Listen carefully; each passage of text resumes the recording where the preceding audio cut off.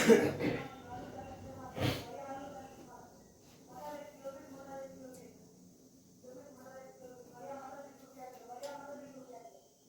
दोस्तों, नमस्कार। स्वागत है आप सभी लोगों का आपके अपने YouTube चैनल स्टडी IQ मंत्रा पर।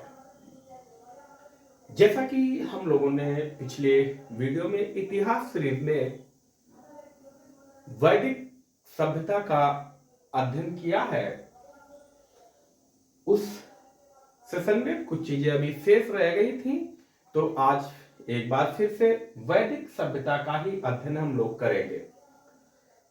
जैसा कि आप लोग जानते हैं कि जब हम लोग भारतीय इतिहास का अध्ययन करते हैं तो उसको अपने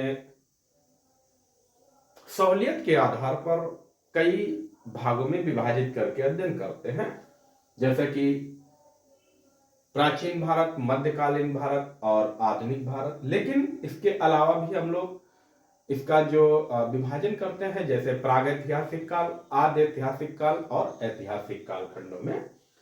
तो प्रागैतिहासिक काल को हम लोग तीन भागों में बांट लेते हैं। आद्य ऐतिहासिक काल में जैसे कांस्ययुगीन सभ्यता, जिसको आप लोग हड़प्पा सभ्यता कहते हैं, उसका भी हम लोगों ने पूरी तरीके से अध्ययन कर लिया है। और अब हम लोग चल रहे हैं प्राचीन भारत वैदिक सभ्यता का अध्ययन कर रहे हैं, और वैदिक सभ्यता का यह चौथा लेक्चर है, भाग 4 है। इससे पहले हम लोगों ने 3 लेक्चर कर लिए हैं। 3 लेक्चर्स में वैदिक सभ्यता का अध्ययन किया है। इस लेक्चर में हम लोग देखेंगे इसके सामाजिक जीवन क्या है, राजनीतिक दशा क्या रही है, और यहाँ जो इस सभ्यता की कुछ प्रमुख समितियां एवं सभाएं थी या संस्थाएं जिनको कहेंगे, वो रही थी, उनके विषय में अध्ययन करेंगे।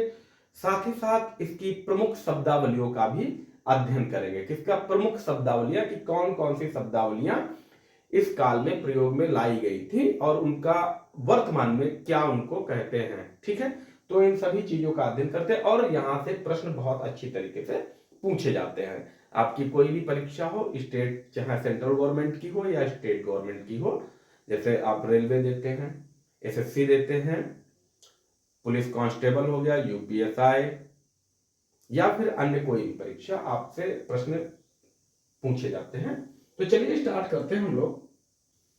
बहुत ही बेहतर तरीके से अध्ययन कीजिएगा। पहले तो हम लोगों ने इसकी राजनीतिक स्थिति में देखा था, अब हम लोग देखेंगे ऋग्वैदिक युग, राजा और उनके पदाधिकारी कि राजनीतिक स्थिति में ये देखा था कि किस प्रकार से इसकी दशा थी, क्या स्थिति थी। जैसे प्रमुख संस्था, प्रमुख जो होता है जन, जैसे आजकल हम लोग देखते हैं कि राज्य, फिर राज्य के बाद आता है जिला स्तर, आता है जिला स्तर के बाद प्रखंड स्तर, फिर ग्राम सभा, फिर ग्राम आता है।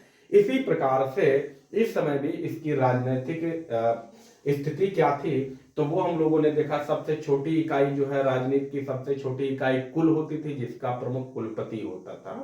ठीक है, कुल वंश जिसे कहते हैं, उसका प्रमुख कुलपति होता था। ठीक है, कुलपति या गृहपति, किसी भी घर या कुल का जो है एक प्रमुख होता है। फिर कई कुल मिलके एक ग्राम का निर्माण करते थे। जैसे एक गांव में कई वंश होते हैं, कई कुल होते हैं, उसी प्रकार उस समय भी था। तो ग्राम का जो मुखिया होता था उसे ग्रामणी कहते थे। ठीक है, फिर कई ग्राम मिलके एक विष का निर्माण करते थे, उसे विस्पति कहते थे। विष का जो प्रमुख होता था उसे विस्पति, और कई विष मिलकर एक जन का निर्माण करते थे, और एक जन का जो मुखिया होता था, प्रधान होता था, उसे जो है राजन कहते थे या राजा कहते थे। ठीक है, यहां तक आप लोगों ने चीजों को समझा होगा। आपसे कई बार पूछा गया है कि राजा या राजन शब्द का प्रयोग ऋग्वेद में कितनी बार किया गया है, तो 275 बार किया गया है। ठीक है, आज हम लोग देखेंगे ऋग्वैदिक का युग का जो राजा और उनके पदाधिकारी। ठीक है ना।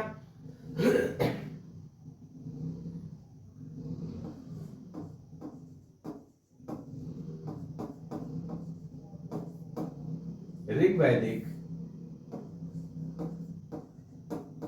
युगीन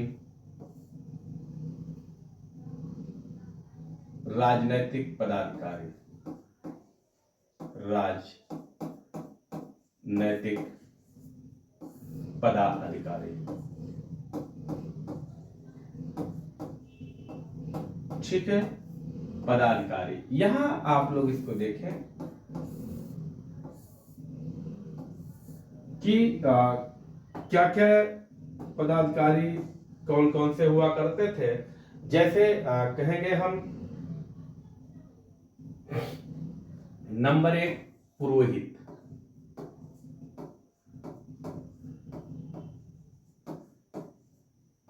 तो पुरोहित जो होता था वो कौन होता था? पुरोहित जो है वो महत्वपूर्ण अधिकारी, ठीक है, राजा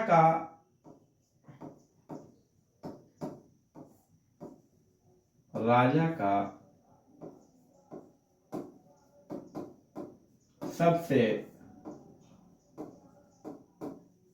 महत्वपूर्ण अधिकारी।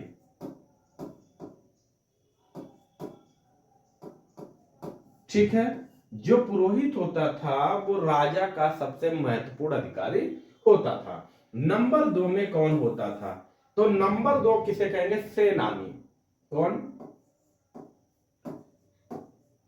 सेनानी। सेनानी किसे कहते थे या सेनानी कौन होता था? तो क्या बताओगे भाई? सेनापति। कौन होता था? सेनापति। जो राजा की सेना होता था उसका प्रधान अधिकारी उसे सेनानी कहते थे। सेनापति आप सभी लोग जानते हैं। नंबर 3 सूत। सूत तो सूत तो आप लोग जानते होंगे, जैसे सूत पुत्र कर्ण कहा जाता है, आपने सुना होगा, है ना। तो सूत पुत्र यानी कि रथ हाँकने वाला। ठीक, तो सूत का मतलब क्या है? रथ हाँकने वाला। रथ हाँकने वाला उसे सूत कहते थे। क्लियर है? साथ ही साथ जो 4 नंबर रहेगा उसे क्या कहेंगे? पुरुष कहेंगे, पुरब कहेंगे, सॉरी पुरब कहेंगे। और पुरब क्या होता था? दुर्गपति होता था। दुर्गपति, पुरब का मतलब दुर्गपति होता था। और ये दुर्गपति का मतलब क्या? जो दुर्ग होता है, जो महल होता है, उसकी देख रेख करने वाले व्यक्ति को पुरब कहते थे। ठीक है, उसकी देख रेख करने वाले व्यक्ति को क्या कहते थे भाई? तो पुरब कहते थे। ठीक है, पुरब कहते थे। क्लियर हुआ कि नहीं हुआ? इसके अलावा जो है स्पर्श, एक और है स्पर्श, शब्द है स्पर्श। स्पर्श किसे कहते थे? तो स्पर्श, अब कोई राजा है, उसके गुप्त सूचनाएं ले जाने और लाने वाले व्यक्ति को जो है स्पर्श कहते थे। तो उसे क्या कहेंगे? गुप्तचर। क्या बोलेगा भाई में? गुप्तचर। ठीक है, इसके अलावा कहेंगे रत्नन।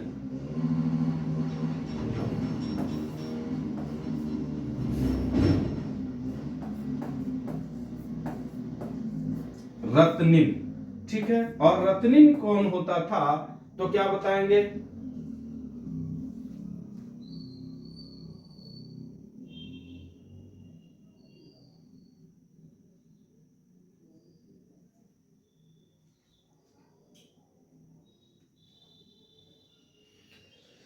तो जो रत्निन होते थे वो कर्मकार लोग होते थे। कौन होते थे भाई? कर्मकार।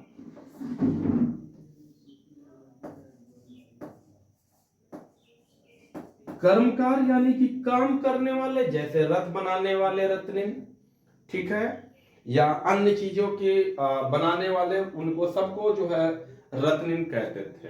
क्या कहते थे? रत्निन कहते थे। उम्मीद करते हैं यह आप लोगों को बेहतर चीज समझ में आई होगी। आप जो है इसका स्क्रीनशॉट लेते रहिए।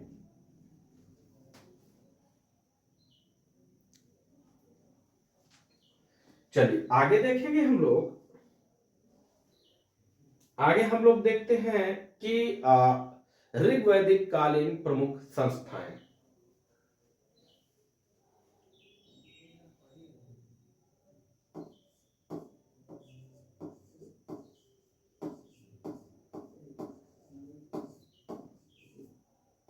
ऋग्वैदिक कालीन प्रमुख संस्थाएं। प्रमुख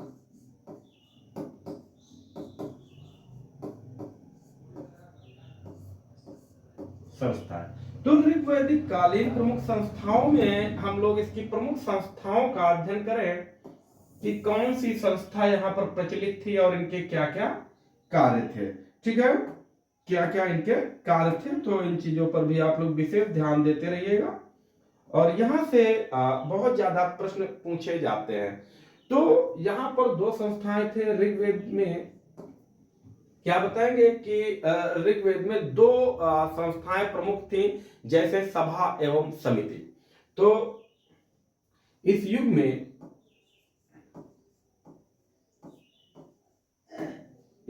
में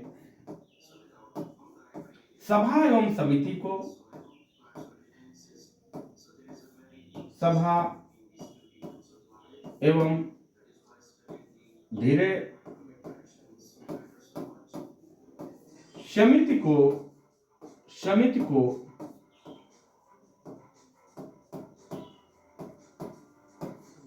प्रजापति की दो पुत्रियां कहा गया, प्रजापति की दो पुत्रियां कहा गया है। ठीक है, पुत्रियां कहा गया है, कहा गया है।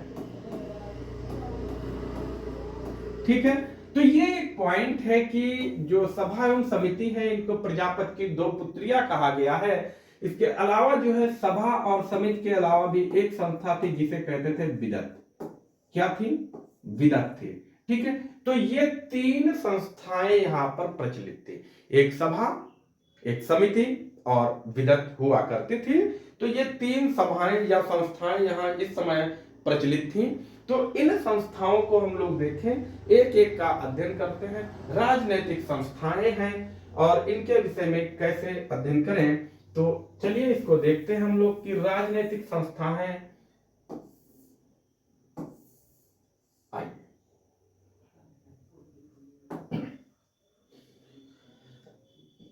राजनैतिक संस्थाएं यहां डालें आप, राजनैतिक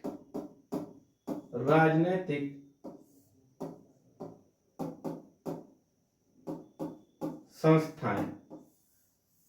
क्लियर है? नंबर एक में कहेंगे विदत। क्या बोलेंगे? विदत। तो ये जो विदत संस्था थी, आप लोग बहुत अच्छे से देखिएगा कि विदत जो संस्था थी ये सबसे प्राचीन एवं जो है प्रमुख संस्था थी। तो इसको क्या कहेंगे? प्राचीन एवं प्रमुख संस्था एवं प्रमुख। ठीक है, प्राचीन थी और यह सबसे प्रमुख संस्था भी थी। शॉर्ट में मैं लिखता चलूंगा, आप लोग इसको समझते चलिएगा। इसमें क्या है? पुरुष एवं महिला, महिला एवं पुरुष एवं पुरुष दोनों भाग ले सकते थे, दोनों भाग ले सकते थे। ठीक है, इसमें जो है महिला एवं पुरुष दोनों ही भाग लिया करते थे। किस में? तो कहेंगे विदत में। ठीक है, और जो है इसका ऋग्वेद में, इसका विदत का ऋग्वेद में 122 बार उल्लेख मिलता है। 122 बार उल्लेख हुआ है। ठीक है, उल्लेख किसमें? ऋग्वेद में। क्लियर है? यहां तक आपको यह चीज समझ में आई होगी। चलिए अगली संस्था देखें। अगली संस्था क्या कहेंगे? तो कहेंगे सभा। नंबर 2 में डालेंगे आप लोग सभा। ठीक है, तो सभा क्या थी? तो सभा जो थी वो प्रमुख लोगों के लिए थी, जो विशिष्ट लोग होते थे, जो बुद्धिजीवी लोग थे, ठीक है, विद्वान लोग थे, उनके लिए ये सभा थी। और सभा जो है, जिस प्रकार से आजकल हमारे भारत में जो राजनीतिक संस्था है, जैसे संसद के दो भाग हैं, राज्यसभा और लोकसभा। क्या? कि राज्यसभा और लोकसभा है, ठीक उसी प्रकार से यह भी जो है भाग था राजनीतिक स्थिति का। राज्यसभा यानी कि सभा, तो जो सभा है वह आधुनिक राज्यसभा के बराबर थी, ठीक है। राज्यसभा यानी कि इसे हम ये कह सकते हैं कि यह जो है संसद का उच्च सदन है, राजनीति का उच्च सदन है, ठीक है। क्लियर है कि नहीं, बात समझ रहे हैं आप लोग कि नहीं? ठीक, चलिए। तो इसमें क्या है, बुद्धिजीवी वर्ग, बुद्धिजीवी वर्ग भाग लेता था, बुद्धिजीवी वर्ग भाग लेता था। नंबर 1 की बात कि इसमें जो है बुद्धिजीवी वर्ग भाग लेता था। यह जो है आधुनिक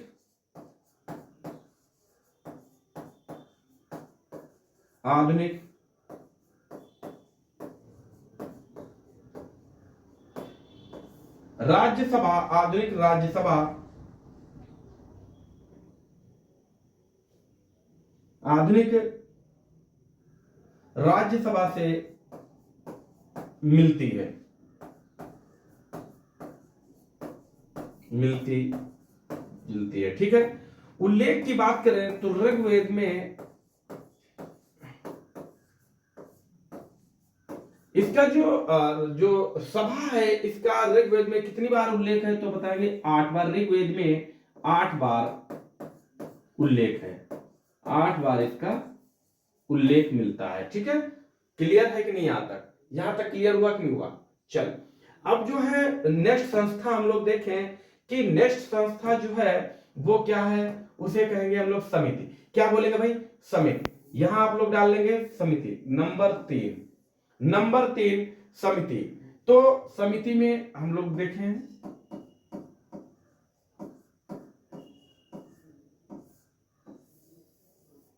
तो जो ये समिति है, समिति का मुखिया कौन होता था? तो इसका जो मुखिया होता था,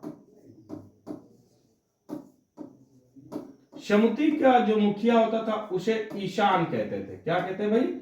ईशान कहते थे। समिति के मुखिया को ईशान कहते थे, ठीक है। और इसमें कौन भाग लेते थे? तो आम लोग भाग लेते थे, आम जन भाग लेते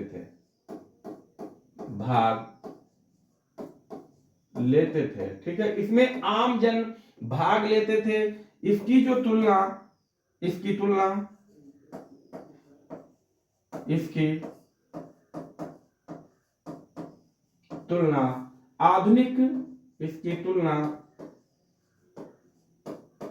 आधुनिक लोकसभा से की गई, आधुनिक लोकसभा से की गई है, आधुनिक लोकसभा से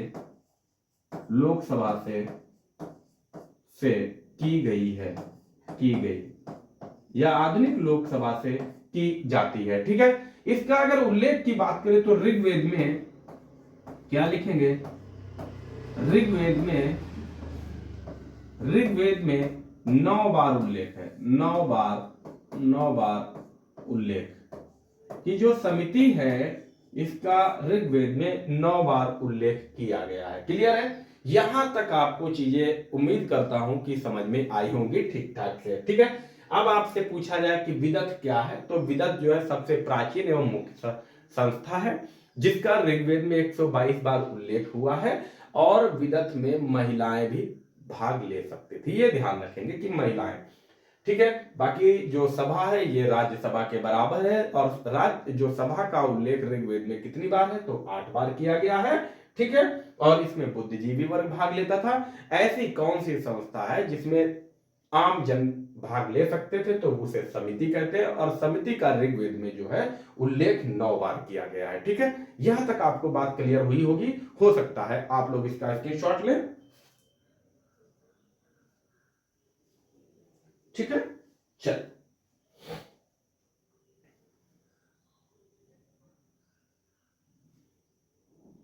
आइए आगे देखते हैं। इसी प्रकार से एक और लिखेंगे कि गढ़। क्या? जो गढ़ है, गढ़ क्या है? इसका मुखिया कौन होता था? तो गणपति। ठीक है, गढ़ का मुखिया, इसका मुखिया कौन था? तो बताएंगे गणपति, गणपति। ठीक है। ऋग्वेद में उल्लेख,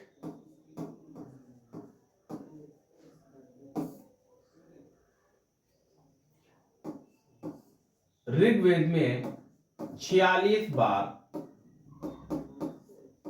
बार उल्लेख। तो जो गढ़ है इसका ऋग्वेद में 46 बार उल्लेख किया गया है। ठीक है, 46 बार इसका उल्लेख मिलता है किसका? गढ़ का। ठीक है। अब हम लोग यहां पर कुछ और चीजें देखते हैं कि वैदिक युगीन सामाजिक जीवन क्या था। कि हम लोगों ने यहाँ राजनैतिक जीवन देखा है, अब इसमें हम लोग सामाजिक जीवन देखते हैं। क्या देखेंगे? सामाजिक जीवन, ऋग्वैदिक कालीन सामाजिक जीवन। क्लियर?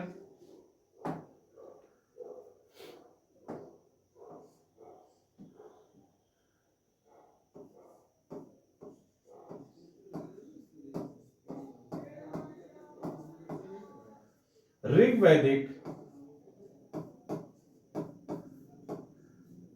कालीन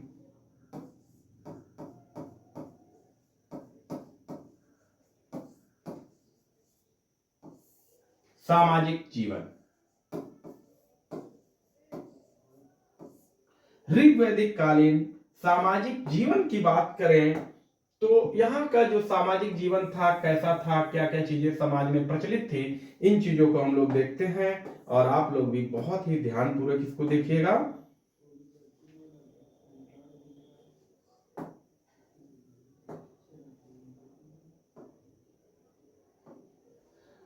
तो जो ऋग्वैदिक कालीन सामाजिक जीवन था, यहाँ जो महत्वपूर्ण चीजें हैं जैसे कि विवाह की बात करें कि यहाँ पर जो विवाह है वो कितने प्रकार का प्रचलन में था। तो यहाँ जो है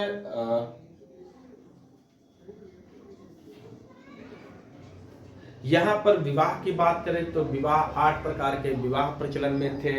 इसी प्रकार से जो महिलाएं हुआ करती थी, महिलाओं की जो शिक्षा वगैरह होती थी तो उसके विषय में भी बात की गई, महिलाओं की शिक्षा के विषय में बात की गई। जैसे जैसे क्या कहेंगे, सद्योवध। तो सद्योवध या सद्योवधु एक शब्द आया है, यहाँ पर सद्योवधु या सद्योवध शब्द आया है। तो उसमें यह है विवाह के पूर्व तक शिक्षा की बात की गई सद्योवध में। और वही ब्रह्मवर्धिनी की बात करें तो ब्रह्मवर्धिनी किसे कहा जाता था? तो जो जीवन भर शिक्षा ग्रहण करते थे उनको ब्रह्मवर्धिनी कहा जाता था। ठीक है। इसी के साथ साथ सामाजिक जीवन में यहाँ पर कर्मकांड पूजा पाठ की बात कर रहे हैं तो उसमें प्रमुख देवताओं का भी हम लोग अध्ययन करेंगे। सबसे पहले हम लोग यहाँ पर देखते हैं ऋग्वैदिक कालीन सामाजिक जो जीवन है, इसमें सबसे पहले हम लोग कहेंगे विवाह का प्रचलन। तो विवाह यहाँ पर कितने प्रकार थे? 8 प्रकार के, 8 प्रकार के विवाह। ठीक है, 8 प्रकार के विवाह का यहाँ पर प्रचलन था। ये आप लोग विशेष रूप से याद रखेंगे। कितने विवाहों का प्रचलन था? तो 8 प्रकार के विवाह थे। ठीक है,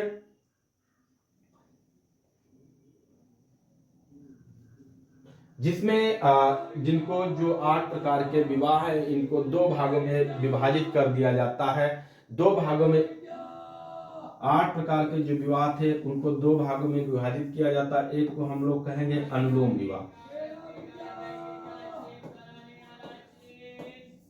क्या कहेंगे? अनुलोम विवाह। ठीक है, अनुलोम विवाह। और एक था प्रतिलोम विवाह, एक था प्रतिलोम प्रतिलोम विवाह। क्लियर है? प्रतिलोम विवाह। तो यहां की बात करें कि अनुलोम विवाह क्या था और प्रतिलोम विवाह क्या था। तो अनुलोम विवाह का मतलब है कन्या जो है वो निम्न कुल की होनी चाहिए अनुलोम विवाह में। तो इसकी जो विशेषता होगी अनुलोम विवाह, कन्या यहां जो है कन्या निम्न कुल की, निम्न कुल की। अनुलोम विवाह जो है ऐसा माना जाता है कि विवाह के समय जो कन्या होनी चाहिए वो निम्न होनी चाहिए, यानी कि जो वर है उससे निम्न छोटी होनी चाहिए। यहाँ कुल की बात कर रहे हैं तो कुलीन कुलीन की बात कर रहे हैं, वंश की बात करें तो इनका जो कुल है वो निम्न कुल होना चाहिए कन्या का, और जो वर पक्ष है उसका उच्च कुल हो तो उसे कहेंगे अनुलोम विवाह। प्रतिलोम में क्या कहेंगे, कन्या उच्च कुल की हुआ करती थी, ठीक है, कन्या उच्च कुल की, उच्च कुल की, क्लियर है, तो उसे माना जाता था प्रतिलोम विवाह, क्लियर है। तो ये दो प्रकार, 8 विवाह प्रकार, विवाह 8 प्रकार के विवाह जिनको दो भागों में विभाजित कर दिया गया है, अनुलोम विवाह और प्रतिलोम विवाह। तो अब हम लोग देखें इसमें अनुलोम विवाह क्या है और प्रतिलोम विवाह क्या है, इनको भी आप लोग देखते चले।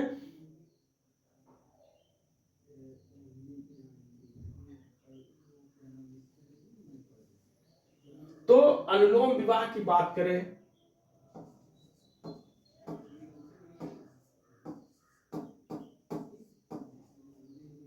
अनुलोम विवाह, ठीक है।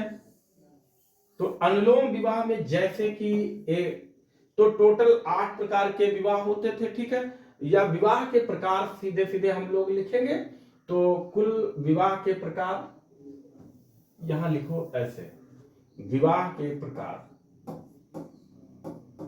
विवाह के प्रकार, तो विवाह के प्रकार कितने हैं, 8, क्लियर है। ध्यान से देखिएगा, बहुत ध्यान से इसको देखिएगा, विवाह के प्रकार हो गए 8, क्लियर। अब यहां हम लोग एक को लिखें,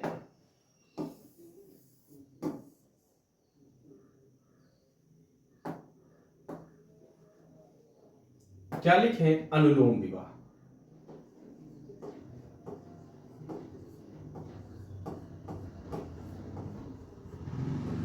अनुलोम विवाह। एक को लिखेंगे हम लोग प्रतिलोम विवाह, जैसा कि आप लोगों ने पीछे देखा, प्रतिलोम विवाह। तो जो 8 प्रकार के विवाह है इनको किस प्रकार से बांटा गया है, तो यह इनको आप लोग बहुत ही भली भांति समझ सकते हैं कि देखें कि कौन कौन से भाग में इसका विभाजन किया गया है। जैसे कि एक को कहेंगे अनुलोम विवाह की बात करेंगे, अनुलोम विवाह की बात करेंगे जिसको हम लोग कहेंगे ब्रह्म विवाह, क्या कहेंगे, ब्रह्म विवाह, ठीक है। नंबर 2 में क्या कहेंगे इसको, ब्रह्म विवाह के अलावा क्या होगा, देव विवाह, देव विवाह, ठीक है। नंबर 3 क्या कहेंगे,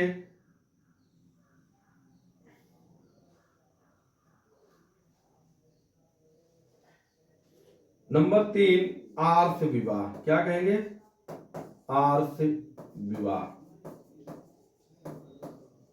और नंबर 4 जो होगा वो प्रजापति विवाह, क्या होगा भाई, प्रजापति विवाह,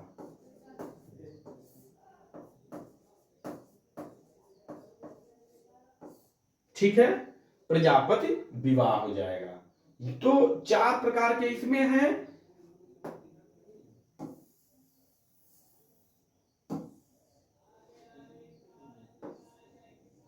आप लोग इनको थोड़ा सा भी बना देता हूं मैं, समझते हुए चलेंगे।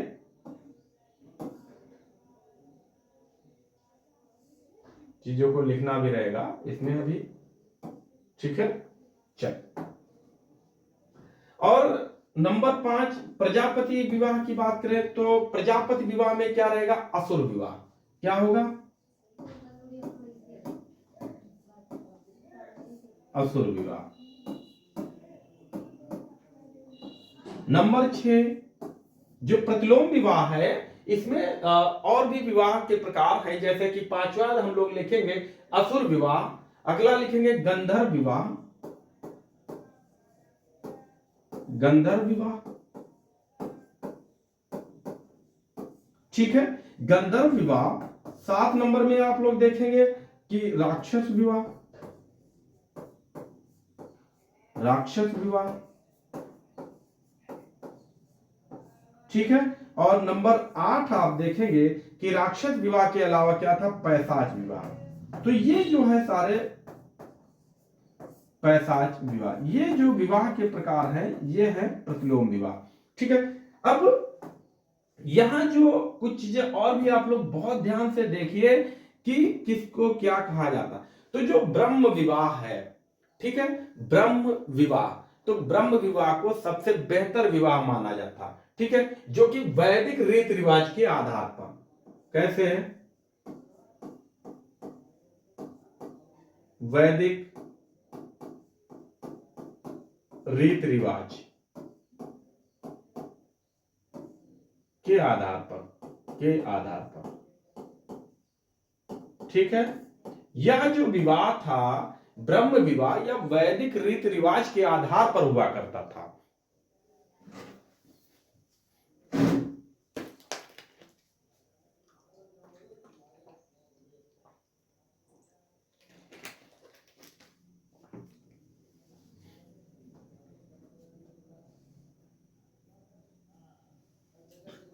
ठीक है, ब्रह्म विवाह जो है या वैदिक रीति रिवाज के आधार पर होता था, उसे वैदिक विवाह उसे जो है ब्रह्म विवाह कहते थे। अब आता है देव विवाह। तो देव विवाह की बात करें, इसमें जो कन्या का पिता है या यज्ञ का आयोजन करता था,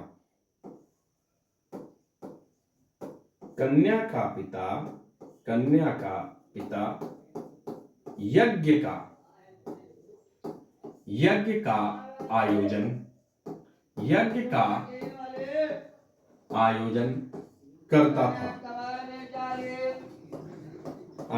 करता था, ठीक है। अब जो आर्ष विवाह है, आर्ष विवाह की बात करेंगे कि आर्ष विवाह क्या है। तो आर्ष विवाह में जो कन्या का पिता होता था वह वर पक्ष से एक जोड़ी बैल जो है बैल या गाय लेता था। तो यहां पर कहेंगे कन्या का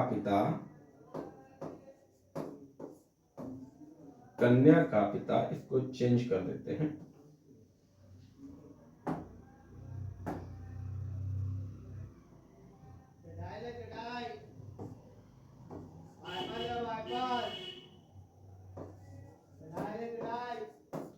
कन्या का पिता वर पक्ष से एक जोड़ी बैल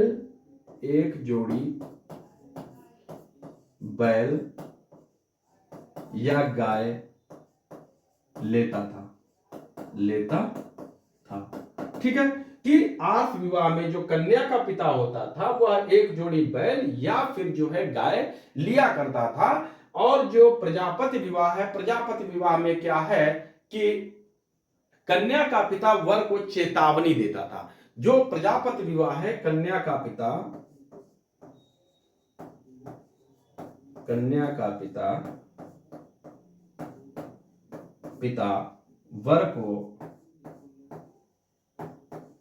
वर को क्या देता था भाई, चेतावनी देता था। चेतावनी कैसी देता था कि हमारी लड़कियां को कोई परेशानी ना हो, है ना, इस तरीके से, नहीं तो सोच ले समझ लो, ठीक है। क्लियर है। चल, तो ये 4 प्रकार के विवाह रहे हैं कि जो कि आप कहेंगे कि अनुलोम विवाह के में शामिल रहते हैं।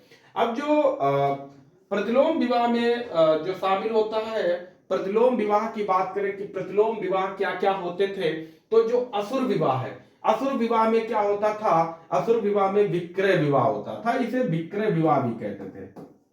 क्या, विक्रय विवाह। कन्या की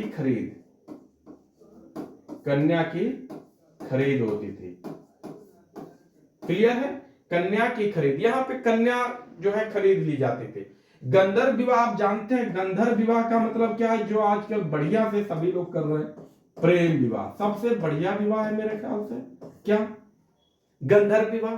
आप लोग कमेंट करके बताएंगे कि कौन सा जो है विवाह का प्रकार सबसे बेहतर हो सकता है आज के युग की बात करें। ठीक है, राक्षस विवाह क्या होता था? राक्षस विवाह का मतलब है यदि मान लो कि कोई पुरुष और कोई स्त्री आपस में प्रेम कर रहे हैं, ठीक है, प्रेम कर रहे हैं, मतलब कोई पुरुष जो है किसी स्त्री से प्रेम कर रहा है और वो स्त्री नहीं करती है और वो कर रहा है, तो वो क्या करता था, उसका अपहरण कर लेता था। तो अपहरण कर लिया तो उसी को क्या कहा भाई, तो उसी को क्या कहा गया, राक्षस विवाह कर दिया कहा गया। ठीक है, अपहरण करके, ठीक है, यदि जो है कोई भी विवाह अपहरण करके हुआ तो फिर जो है उसे राक्षस विवाह कहा जाएगा। ठीक है, अपहरण करके, क्लियर है कि नहीं है? और जो पैशाच विवाह, पैशाच विवाह का मतलब क्या है, वशीकरण करके, जादू टोना द्वारा। तो वशीकरण करके क्या भाई, वशीकरण किया जा सकता है, हैं? वशीकरण करके कि जो है किसी का दिमाग काट दो, है ना, दिमाग काट दो, हो गया, क्लियर। तो ये जो है 8 प्रकार के विवाह रहे थे इसमें वैदिक युग में, क्लियर है ना। चलो आगे देखें हम लोग कुछ चीजों को।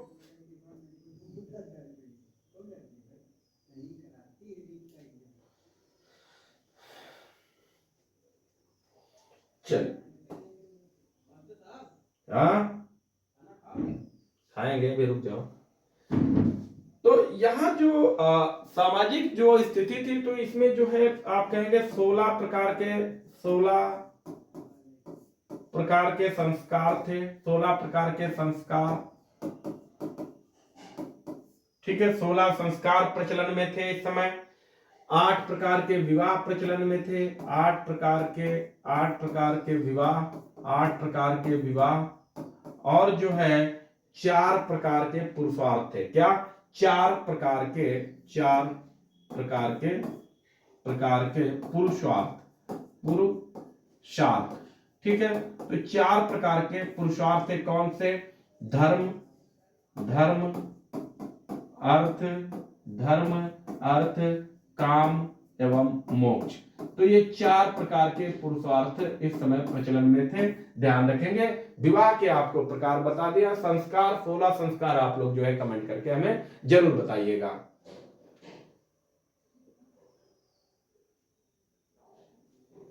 ठीक, तो आप लोग जो है 16 प्रकार के जो संस्कार हैं इनको आप कमेंट करके बताइएगा। अगला पॉइंट हम लोग लिखेंगे, एक पॉइंट बनाते हुए चले कि इसको लिखेंगे शब्दोवध। क्या लिखेंगे? शब्दोवध, शब्दोवध। ठीक है, शब्दोवधु लिखेंगे, शब्दोवध नहीं शब्दोवध लिखेंगे। तो इसमें लिखेंगे विवाह के पूर्व, विवाह के पूर्व तक शिक्षा। ठीक है, विवाह के पूर्व तक शिक्षा लेना क्या कहलाता है? सद्योवधु। जो कन्या है वो विवाह से पूर्व तक जो शिक्षा ले उसे सद्योवधु कहेंगे। नंबर दूसरा पॉइंट डालें आप लोग, ब्रह्मवर्धिनी, ब्रह्मवर्धिनी। ब्रह्मवर्धिनी का मतलब क्या है कि जीवन भर शिक्षा, जीवन भर शिक्षा की बात की गई है, किसमें? ब्रह्मवर्धिनी में। तो ये पॉइंट भी आप लोग ध्यान रखेंगे, महिलाओं के लिए है, ठीक है, स्त्रियों के लिए, स्त्रियों के लिए बात की गई है ये शब्द, ठीक है ना, स्त्रियों के लिए ये शब्द किए गए। क्लियर है कि नहीं? क्लियर है कि नहीं? ठीक, चलिए आइए देखते हैं प्रमुख देवता। वैदिक युगीन, वैदिक युगीन प्रमुख देवता। तो वैदिक युगीन प्रमुख देवताओं में हम लोग देखते हुए चले, बहुत अच्छे से देखिएगा। वैदिक युगीन प्रमुख देवताओं में क्या क्या देखेंगे? सबसे पहले आप लोग डालें इंद्र। क्या डालेंगे? इंद्र। इंद्र की बात करें तो इंद्र जो है यह जो है सबसे प्रतापी देवता क्या है? सबसे प्रतापी देवता, आप जानते हैं प्रतापी देवता, सबसे प्रतापी देवता कौन है? इंद्र है, ठीक है। और जो है इनका ऋग्वेद में कितनी बार उल्लेख हुआ है? तो क्या बताएंगे? 250 बार उल्लेख, 250 बार उल्लेख, ठीक है। इंद्र का ऋग्वेद में 250 बार उल्लेख हुआ है। अगला जो नाम लिखे हम लोग, क्या लिखेंगे? तो बताएं, अग्नि।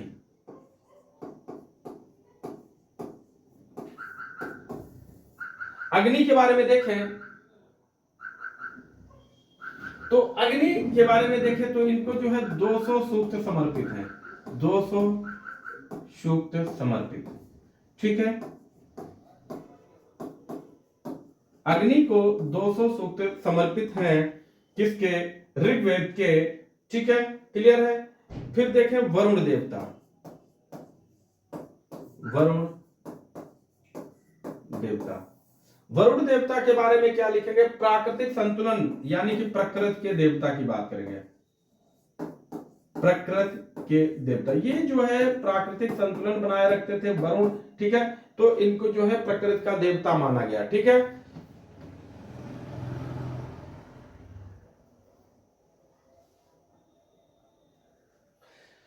इनको जो है ईरानी ग्रंथ में, एक ग्रंथ है ईरानी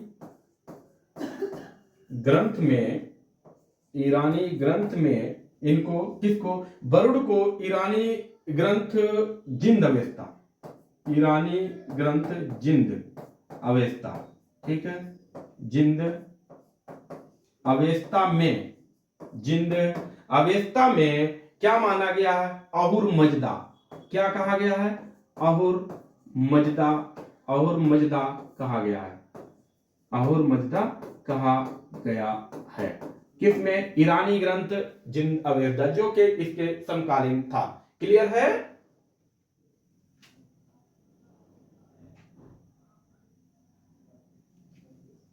यहां तक बातें क्लियर हुई होंगी आपको। चलो आगे देखें। वैदिक युगीन प्रमुख देवियां, वैदिक युगीन प्रमुख देवियां, कि वैदिक काल में कौन कौन सी देवियां प्रमुख थीं, इनके विषय में भी पूछा जाता है, तो इनको भी आप लोग याद रखेंगे अच्छे से। तो क्या बताएंगे? नंबर 1 क्या लिखेंगे? उषा, क्या लिखेंगे भाई? उषा। और उषा कौन हुआ करती थी? उषा जो है आप भी जानते हैं, अभी भी उषा काल का समय यानी कि प्रातः काल का समय, तो प्रातः काल की देवी, प्रातः काल की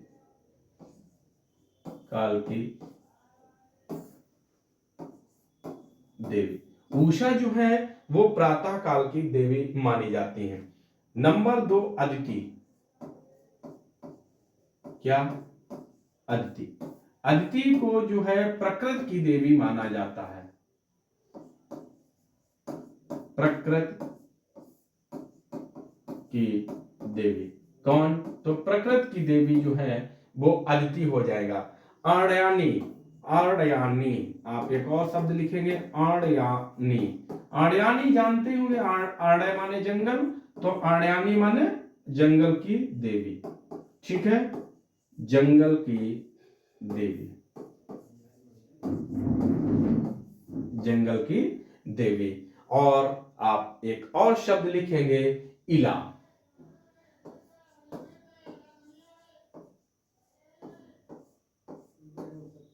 इला का मतलब क्या है भाई?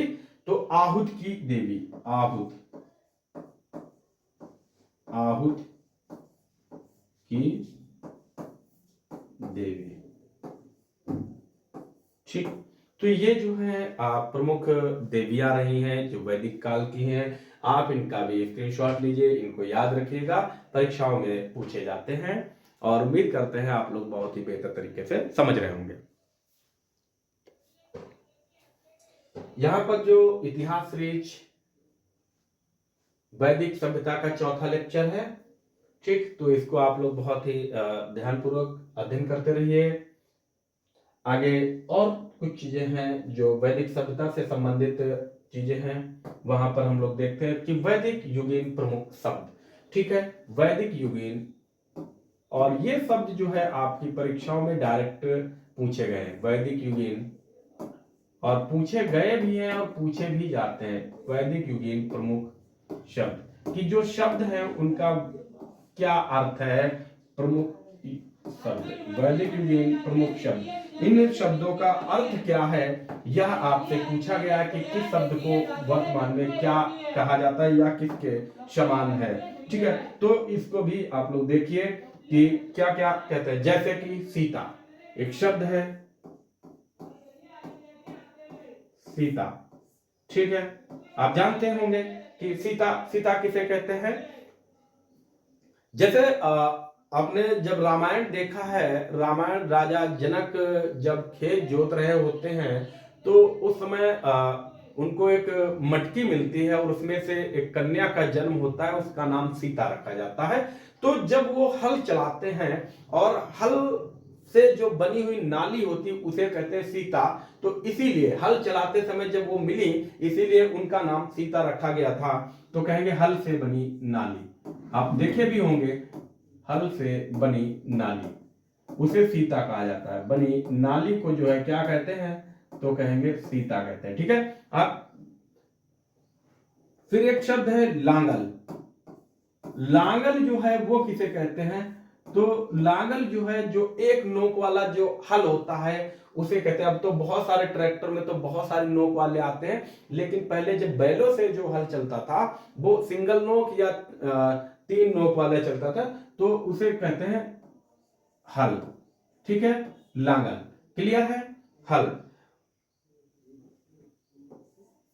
ब्रिक, ब्रिक किसे कहते हैं, तो ब्रिक जानते होंगे, ब्रिक तो बैल को कहते हैं। ठीक है ना, किसे कहते हैं, बैल को ब्रिक कहा जाता है। बढ़ई, बढ़ई, बढ़ई नहीं तक्षण कहेंगे, क्या कहेंगे, तक्षण कौन होता है, तो तक्षण जो है बढ़ई होता है, उसे तक्षण कहा गया उसमें, बढ़ई। ठीक है, बढ़ई को क्या कहा गया, तक्षण कहा गया है। क्लियर है। और कर्म, कर्मार, कर्मार जो है किसे कहा गया, तो धातु कर्मी, जो धातु कर्मी होते हैं उन्हें कर्मार कहा गया, यानी कि जो धातु का काम करते हैं उन्हें कर्मार कहा गया है। ठीक है,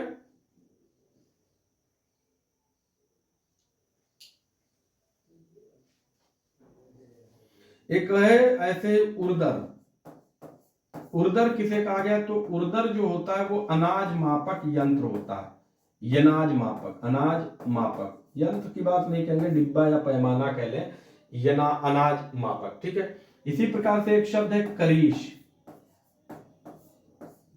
तो करीश किसे कहा गया है, करीश जो है वो जो आजकल जिसको आप लोग कहते हैं क्या, जैविक, यानी कि गोबर की खाद, गोबर की खाद, गोबर की खाद। ठीक है, तो ये जो है कुछ प्रमुख शब्दावलियां हैं। इसके अलावा और भी शब्द हैं, जैसे क्या है कि यहां देखें आप लोग जो है थोड़ा सा,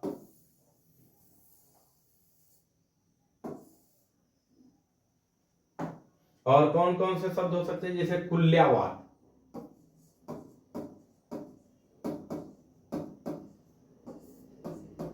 कुल्यावाद किसे कहा गया है, तो कुल्यावाद कहा गया सिंचाई का साधन, साधन उस समय क्या होता था, तो कुआं होता था। कुल्यावाद यानी कि सिंचाई का साधन, तो साधन था क्या, कुआं था। और पड़ी, एक शब्द याद रखेंगे, पड़ी, पड़ी जो है वो क्या कहते हैं, गायों के चोर को जो है पड़ी कहा जाता था। गायों के चोर, गायों के जो चोर होते थे उन्हें पड़ी कहा गया है। ठीक है, तो ये चीजें आप लोगों ने बेहतर तरीके से समझ ली होंगी। तो आज जो हम लोगों ने सेशन कंप्लीट किया है, यहां से वैदिक सभ्यता पूरी तरीके से कंप्लीट हो गया है। वैदिक सभ्यता जो है कंप्लीट हो गया है। आप लोग बाकी अपना राय हमें कमेंट करके जरूर बताएं कि वीडियो कैसा है। बाकी शेयर वेयर आप लोग करते रहें। चैनल पे नए हैं तो आप लोग जो है सब्सक्राइब जरूर कर लीजिएगा, आप लोग जो है चैनल को सब्सक्राइब जरूर कर लीजिएगा। बाकी यहाँ पर आप लोगों को इतिहास सीरीज में इसी तरीके से बेहतर अध्ययन करने के लिए जो है टॉपिक वाइज विस्तृत सब्जेक्टिव वीडियोस आपको मिलते रहेंगे। साथ ही साथ अगर आप लोग प्रैक्टिस करना चाहते हैं तो प्रैक्टिस के लिए एग्जाम स्टडी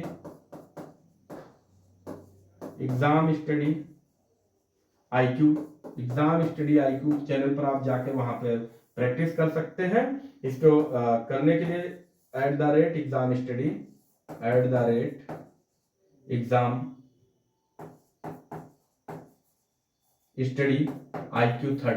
IQ30 यहाँ पर आप जो है प्रैक्टिस करेंगे। ठीक है, क्लियर। अगर आपको इसके PDF वगैरह चाहिए तो PDF के लिए आप व्हाट्सएप नंबर करेंगे 9415670879। यहाँ पर आप व्हाट्सएप करेंगे, ठीक है, ओनली व्हाट्सएप करेंगे तो आपको यहाँ से हम आपको इसकी PDFs आपको सेंड करते रहेंगे। Okay, thank you, take care, bye bye.